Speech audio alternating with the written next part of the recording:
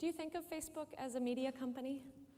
I think about it more as a technology company because on a day-to-day basis, what we're doing is building technology. But I mean, there's definitely this new kind of company that's like this hybrid technology media company, right? I mean, it used to be the companies in the technology industry built technology and sold their technology, right, as software. And now I think that there's this new wave of companies that are building technology, and the way that their revenue models work are through selling media. So, and it's interesting to see a lot of the kind of older school technology companies that used to sell technology now getting into media, like Microsoft, Apple. So I think that that's a really big trend. That's interesting. You brought up the Nike's World Cup campaign, which is truly global. So is Facebook. And this is a very global audience. What do you know about Facebook around the world and how people use it around the world? Does it change from market to market, or what's interesting there? Yeah, actually, the most interesting thing is a lot of people ask how it's different from country to country, and one of the more interesting things that we've found is that is how similar it is from country to country. And I think it really comes down to what the core need is that the service is addressing, which is that people want to stay connected with their friends and family. Everyone has friends and family. Everyone is part of a community. People want to see what's going on with the people in their community. And that's really similar across every country, right? And so I mean, you get differences, right? I mean, obviously, the things that people are marketing in different countries are a bit different. The applications that developers build are a bit different. I mean, the tube warning application we were talking about before in London obviously isn't something that would be applicable where I'm from in Palo Alto. But I think by and large, people are using the service for the same things. And this principle about designing products around people, I think, is going to be fairly universal as well. And it's not only going to be Facebook. I think it's going to be every product, right? Every website, every mobile application. I mean, if you think about it, when you go to have a conversation with someone, if you know something about them going in, the more you know, the better of a conversation you can have, the better of kind of an interface you can have and you can provide. Now, I don't think the products and marketing are really any different, right? I mean, the more you're able to customize and personalize the products that you offer and the marketing that you have, I just think that the more effective it's going to be. And this big trend of kind of people caring about and being able to have access to the people that they care about, having personalized stuff, I think is universal.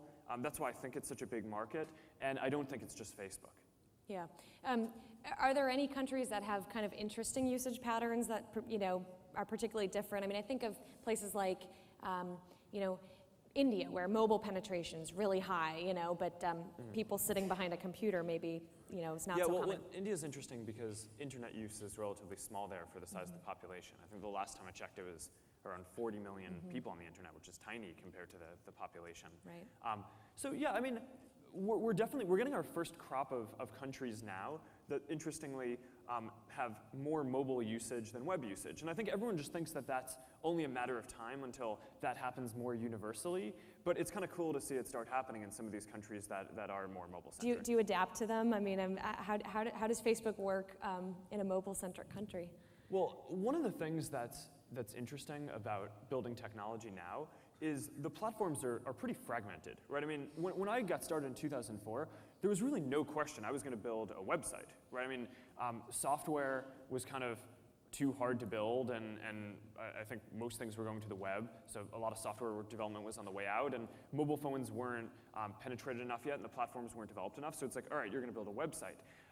Now, there are all these different mobile platforms, so building something now, you can't just build something in one place, right? You need to build something that fits in all these different places. So it's going to be interesting to see how it evolves over the next few years, but I don't think that there's a mobile platform yet, and I think that's one of the things that's holding back innovation there. Now, interestingly, the way that we focus on kind of our development platform is when people think about platforms, I think a lot of the time they think about a vertical, right? So for example, iPhone platform is an environment in which you can build iPhone apps and use a phone. The type of platform that we're trying to build is horizontal in that it spans across all of these, right? We're trying to build an environment where people can build people-centric applications and design stuff in this personalized way everywhere. Whether it's on the web, on Facebook, on your own websites, in mobile applications, across all platforms. And I think that that's going to be a really interesting type of platform to watch too. Because I mean, people are just engaging with all these things in so many different places. It's something that's new to the technology industry and probably a lot more familiar for you guys. Even in the US, I mean, we've seen the rise of smartphones over the last 2 or 3 years, starting really with the iPhone, but now you've got the Android platform, all of these great platforms and fabulous devices, little computers in your pocket. Are you seeing people, use Facebook differently or more often, or any effect on that smartphones are having on Facebook? Yeah, I mean, it's additive, right? So people who use these devices are much more engaged, right? And I just think it's a general thing about technology and efficiency is early on, I think it's the notion that a lot of people have is, okay, well, if you could do something more easily, then you're going to spend less time on it, right? Because you can accomplish what you wanted in a smaller period of time because you're doing it more efficiently. But I mean, in economics, there's the concept of elasticity, right? When the efficiency of doing something goes up, the demand for it goes up. And I think that this applies not only to how people use Facebook, but to how marketing is going to work and how development is going to work as well, right? The easier it is to build products, the more people build products. The more effective the marketing gets, the more people are going to advertise. Right, and I think that's really good, right? It's gonna be one of the driving forces that gets more dialogue to happen in the world. Is that now there's such a lower cost and friction for people to go engage in dialogue, communicate with their friends, or communicate in a broader dialogue. It's a lot easier, and it's getting much more efficient for marketers to get their message out and engage with people in a really meaningful and authentic way. And I just think that's gonna mean that people do more of it over time.